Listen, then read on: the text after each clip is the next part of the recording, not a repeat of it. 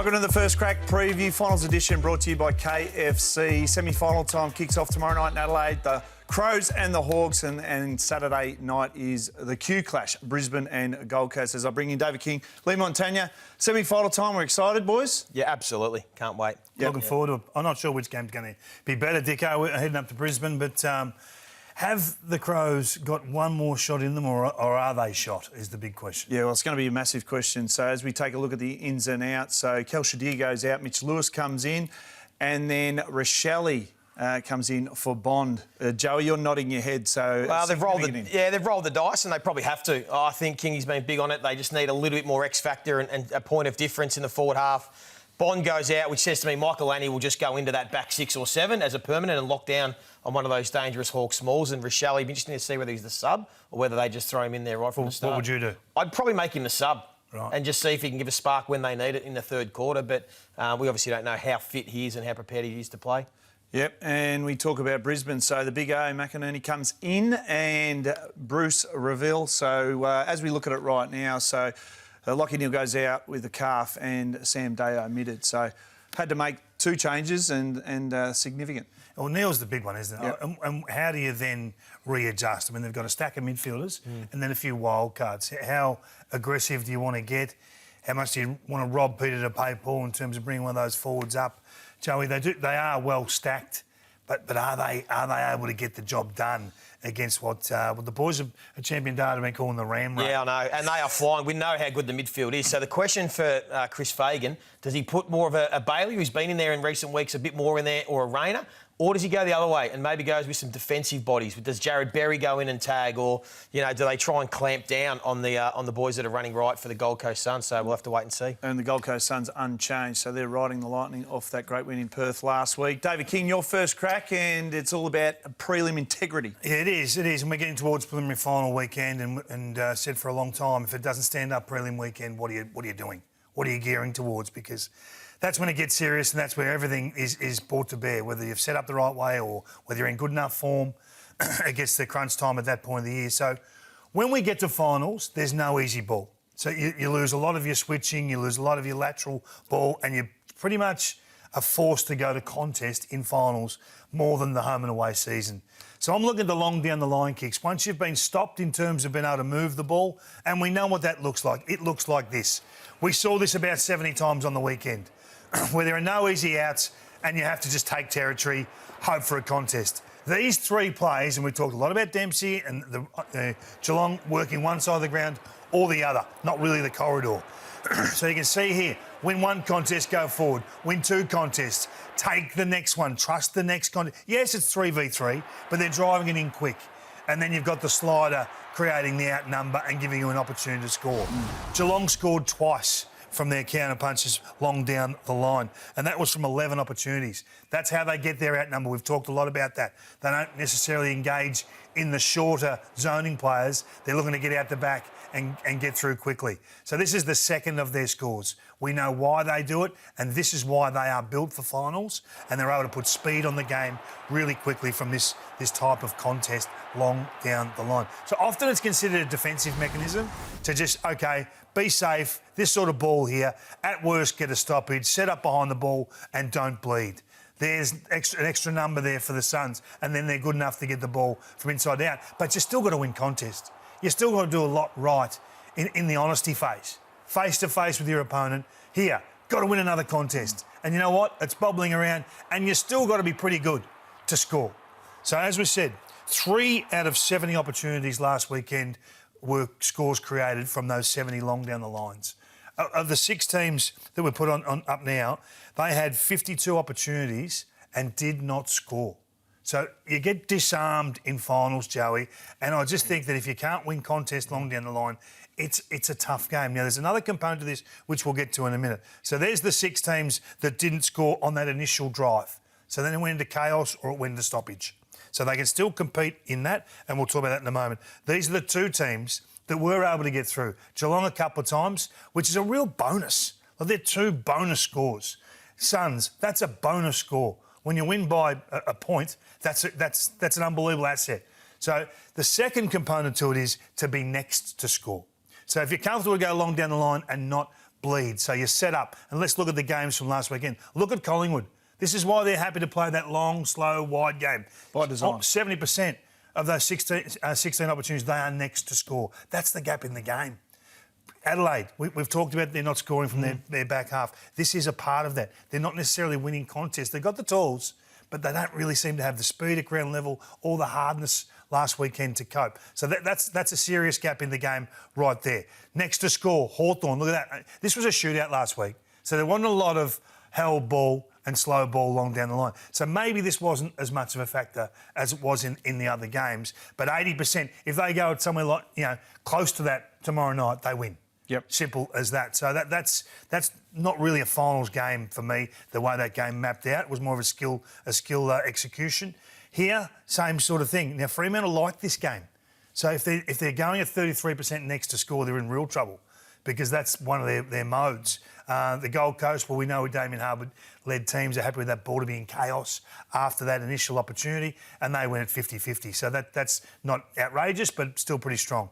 And there, as we're talking about, this is why I think Geelong are a serious threat. Because long, slow down the line, they trust contest quickly, they trust the next contest, and then they just surge run. So this is an asset that we don't really talk about a lot because the numbers are not huge. But in a small margin final, a 1-point result last week over in Perth, and Geelong putting it to Brisbane in a slow, what is normally a slow play, is a terrific asset to have in your back pocket. Well, what you touched on, I think, stood out to me is both Geelong and Collingwood generally play this method in the home and away season. Yep. So they've trained for it all year long, where probably Adelaide and a few other teams, and the Giants in particular, not so much. They don't play that way. So when they get in that situation, they haven't done it, 500 times throughout the home and away season to have been prepared for it. So it doesn't mean you have to score on the pure drive. Yeah. It can be the next phase. So Collingwood happy for it to live in chaos after that initial attempt. You win it, they win it, you win it, they win it, and they back their pressure game from there. So you're right. It's playing finals footy for 30 weeks of the year. I'll pose the question, though. Collingwood 16 times, 16 attempts, and we saw, obviously, their strike rate. Joey, do you think Sam Mitchell does a bit of that based on last week was a bit of a shootout with GWS? He doesn't want to have that against Adelaide in Adelaide. No, he wouldn't want to, but he wouldn't want to get held up either, I don't think, Hawthorn. I think they want to try and keep the ball moving as much as they can, like we saw against the GWS Giants. Difference is, the Giants we spoke about, not an elite team defence, not an elite defence this year. The Adelaide Crows are. So it might be harder for the Hawks and they might get caught in that long down the line situation more often than they did last week. So it's how well they can come off the back of it. And it's a reason why Brisbane have to stay aggressive. They have to hunt corridor. They have to play with the brilliant game and the skillful game because they can do it, and that is their only mode for me, to stay aggressive and get Zorko back into kicking form and Wilmot and these guys. Take it on. Yep.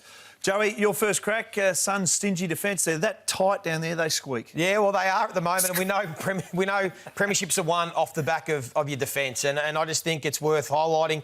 A lot's been spoken of the Gold Coast midfield, but at the right time late in the season, this defence is starting to really stand up and stack up with the very best in the competition. So since round 20, for the Gold Coast, that's their last 7 games, because obviously they played 2 games at round 24. Their numbers are as good as any team. So the points against, they're not allowing the opposition to mark the ball inside the defensive 50. They're not allowing the opposition to win ground ball, which is making it really hard for teams to score. And there's one man, and he's on the screen there, that is the pillar to all this, and that is Sam Collins. He is in as good a form as any key defender in the competition, particularly over the last 8 to 9 weeks. He's now off the back of, it was one of his highest rated games of his career against Fremantle in this game. He's now the #1 rated key defender in the competition over the course of the whole season. And when you take a look at his numbers, he probably still goes under the radar. He's second in the competition for intercept possessions. Only Sam Taylor slightly above. Intercept marks, again, second in the competition. Only Sam Taylor slightly more. And his numbers over the last 6 or 7 weeks have increased. He's over 9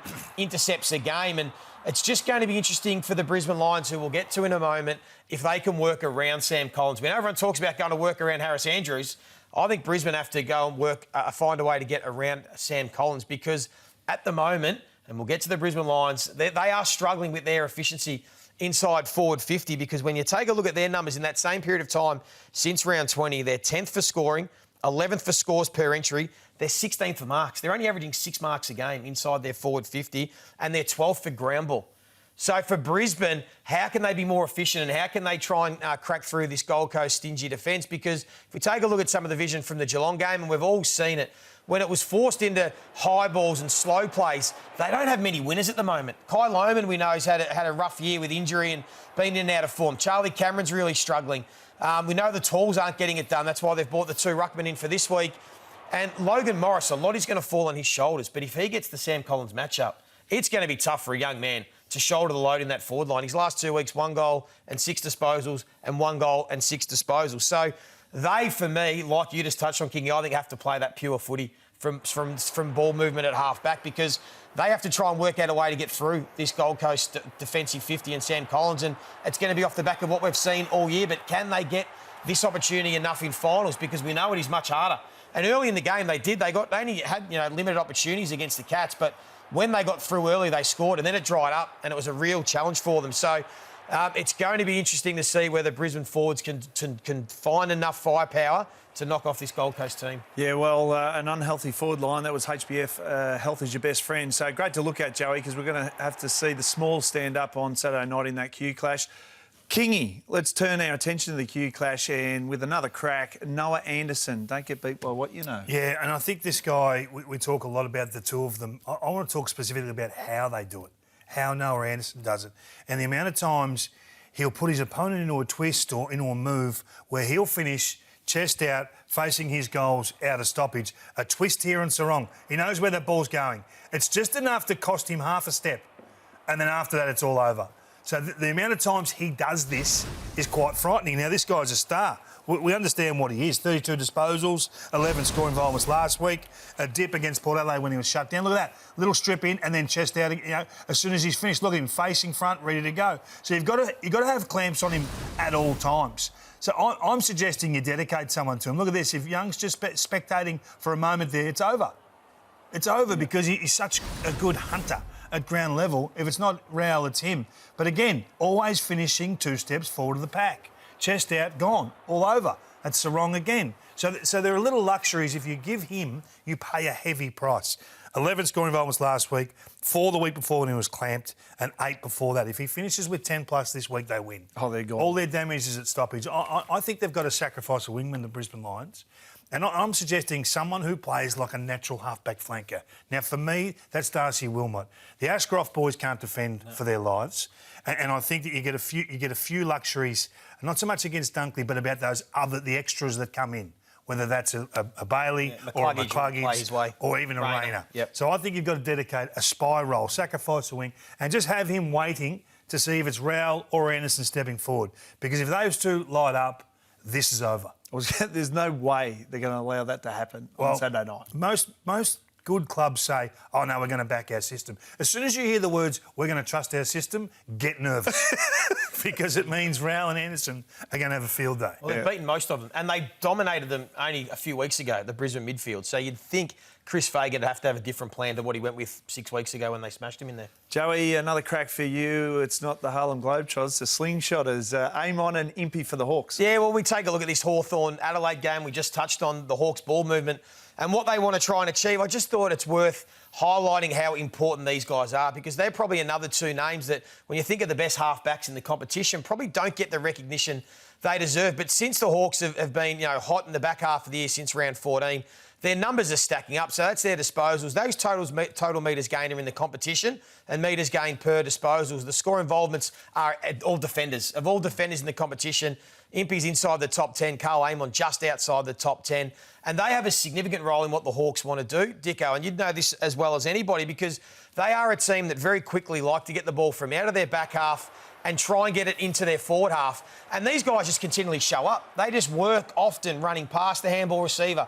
If they don't get it the first time like this, they've got a licence to push forward. We see them be able to get a lot of inside 50s. That's why they're high up with their score involvements, because they just continually run past and get involved. So there's one look from Carl Amon. He gets it back the second time in that passage of play. Handball receive. And all of a sudden they go from defending or a slow play to this sort of stuff. Now, they don't necessarily score off the first entry. But all of a sudden, you've got a ground ball inside your forward 50. You can defend it. You get a stoppage, but you're getting field position. And I just think they have been really important for them.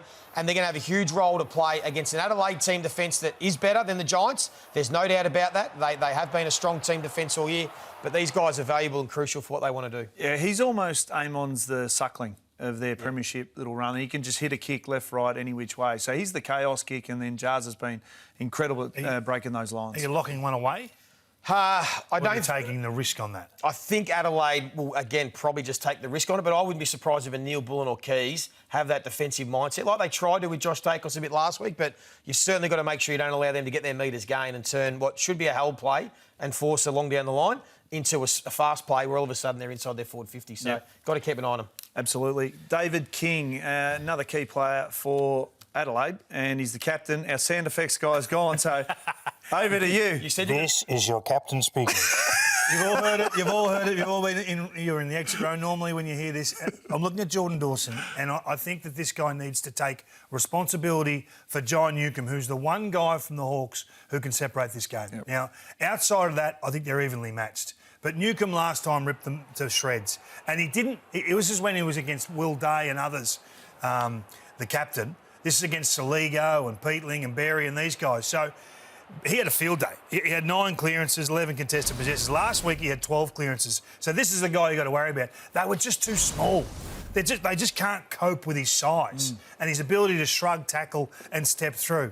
So if this happens again and they match up with Saligo or Berry, good night, nurse. Because that sort of play there... You're not going to be able to stop him. He knows. He knows that he's got those guys covered. And then you get quality ball going forward. There was times where he was unopposed. So I don't know what happened last time, but they've got to say, hey, captain, this is your time. This is your ball. So when he went to him, so he's had 9 clearances, most of them, if not all of them, against the smalls. As soon as Dawson... Day went off, obviously, and as soon as he went to Newcombe, he couldn't handle his size and his physicality. So Dawson has a way of moving him, twisting him, pushing him into the contest, and then having some fun. And even if he gets it, he's strong enough to bring him to ground. Yeah. So this is the difference. Don't get beaten by what you know. We always say, look at this one here. This is size. This is mano v mano. Little push, out of the way. He gets separation. He kicks the goal. So I'm saying the captain, it's time to put your hand up and say, give me Newcombe. I'll take him, you guys worry about the rest and get the job done. If you want to cap off a fine season, it's tomorrow night. There's all roads lead to Newcombe in this midfield. He doesn't touch the footy, Crows win easily. But can he do it? Can he do it? Does he want to do it? We find out tomorrow. Yeah, and does he want to do it? Well, he can do it the other way. We just saw Joe in that last bit of vision. He can hurt you the other way. So to stop Newcombe at a stoppage is one thing, but his potency off that's pretty pivotal. He is, and I didn't know you were going with Jordan Dawson, so I was trying to put the spotlight on who I think it's time for to step up this week is his little mate, Jake Saligo, because if Dawson can't do it all on his own, and I reckon they need someone else in there. We know there's no Rankin, and Saligo is the one for me because remember the first month of the season, he got out of the blocks and he looked like he was going to take his game to another level. And he's just been okay. He's plateaued and had some good patches through the middle of the year. But since round 20, his last 5 or 6 weeks, he's really dropped off. And I thought some of his stuff, and we'll have a look in a minute, against Collingwood wasn't what you need from a midfielder, a starting midfielder in a final. He was a bit panicky. He was one of those guys that just threw it on the boot. Rushed and didn't be as clean as he would have liked. And he's got it in him. I love him. I think he's a little beauty, Dicko. So I just want to see him have one of his best games. When he won the Showdown medal, whenever it was, 8 weeks ago, just break tackles. He's got the fend off. He's got the composure and he's got the class. I just need to see him, now that he's had that finals experience for this week, now that sort of stuff there, I just want to see him be a bit better against the Hawks. And if he can do that and step up and support Jordan Dawson, maybe they do give their forwards enough of a look, and that can be the difference between winning the game. It's a great shout because you need to play with a bit of arrogance as a midfielder in finals. You need to be able to step out there. Yeah, you've got to take it on, to take them on and be prepared to get caught holding the ball rather than just quickly dump kick it and throw it on the boot. Well, that was time for Jake Saligo. Thanks to Workday. We're going to take a break. Let's check in with Bernie Vince from PointsBet with his first crack of the weekend. Thanks, guys. My first crack is the Crows to fly into the prelim, and this is why. They're 12-2 at home, brilliant record. They get an 8-day break, get to stay in Adelaide. The Hawks on the flip side, just the 6-day break, and they've come from Sydney to Melbourne and then off to Adelaide, all within those 6 days. too much of an ask for me. So I've put together a same-game multi. Adelaide to win. Luke Pedler kicked 3 in the qualifying final, and he's kicked at least a goal in his last 5 matches at Adelaide Oval, putting him in for a goal. The Hawks, number 2 in the competition for disposals. And Carl Amon and Jarman Impey, they've both had 20 plus in 9 of their last 10. You can see there, I reckon that's great value at $5.25. You get all those odds plus a whole heap more on the PointsBet app. Enjoy the footy. Chances are you're about to lose. For free and confidential support, call the number on the screen or visit the website.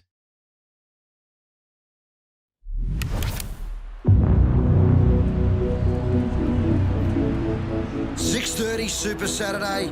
It's the battle for Queensland. The Lions and the Suns in a no tomorrow semi-final. The biggest Q clash ever. Foundations of this Sunshine State rivalry laid before a ball was even bounced. You know, no doubt in time, 2 or 3 years, are going to be a very good footy side, but geez, they've been given everything, then some. Yeah, the mercenaries aren't here anymore, and good luck to them. Lighting the fuse for a fiery opener.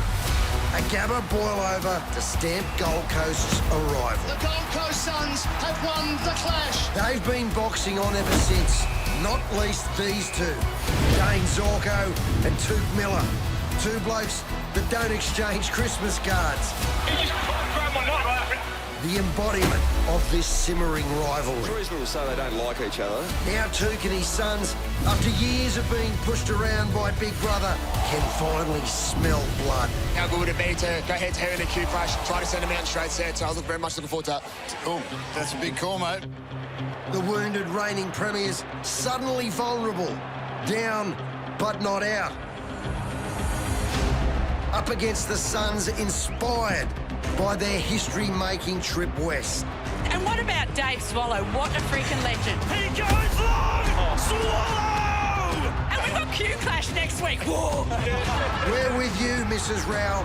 A semi-final Q Clash to supercharge the 2025 Premiership race. I'm so freaking excited. With our team front and centre at the Gabba, headlined by Jonathan Brown, the one and only lethal Leigh Matthews. Fantastic to be here. Semi-final football, the ultimate bragging rights. Live and in 4K Ultra HD, right here on Fox Footy. The Eye of the Tiger.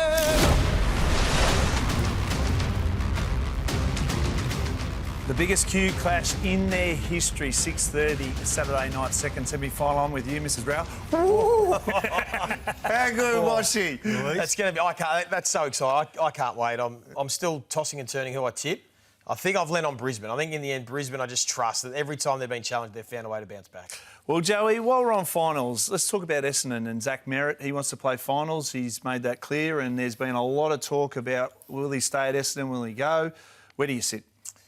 My first view is I would love Zach Merrett to stay an Essendon player. That's just my personal preference. One club player. I'd love to see it from a legend of the footy club to stay.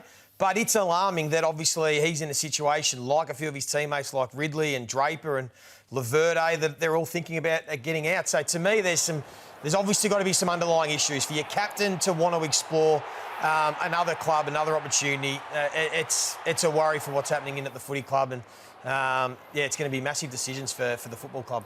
So the problem now is, do you treat the symptoms, and that's the players wanting out, that's the end point of the discussion, or do you treat the root cause? And the root cause is the fact that they lack for relationships at this football club. They don't have the rusted-on, united approach, coach to player, coach to staff, coach to volunteer. I think they have it coach to board and management, but I don't know if they have it the other way around. And that's the honest truth. We talk to players, we talk to staff, we talk to people around footy. There are no secrets in footy. Everyone wants to tell you a story in footy. So I think that's the problem. But the problem is, it's the old emperor has no clothes on. Who's going to tell Brad that he's got to get better at that?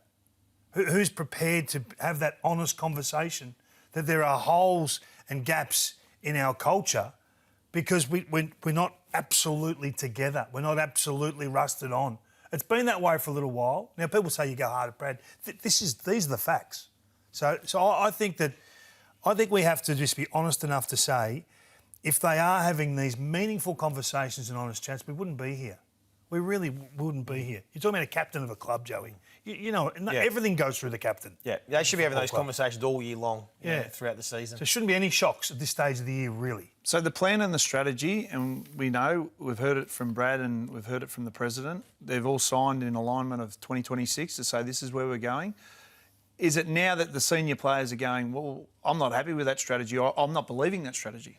Yeah, I think we said it. I always said it early in the season. It sounded like the goalpost shifted for me from early in the season to what the talk was in the off season. There wasn't the rebuild going into this season, and the players they brought in previous years, some senior players, and that shifted at the start of this year. So maybe that's had an impact on Zach Merrett's thinking that, hang on a minute, this isn't what I signed on for. It's shifted from what he thought. That's probably, reading between the lines, that's how I look at it. All those things are the symptoms. You've got to treat the root cause. And it's the same at every footy club. It's about relationships. Yeah, well, there's plenty to play out and something to watch tonight. So, Saving Kalani is an extraordinary Australian rules football story about mateship resilience. Power of football unites communities. It begins in 1990 when a group of young footballers from Bannockburn, Victoria, travelled 3,500 to a small Western Australian town, Kalani, to a local community farm to work. And it's an extraordinary story. Premieres tonight at 9:20 on Fox Footy. Boys, look forward to your coverage across the weekend, and it all kicks off tomorrow. Adelaide Oval, the Hawks and Adelaide.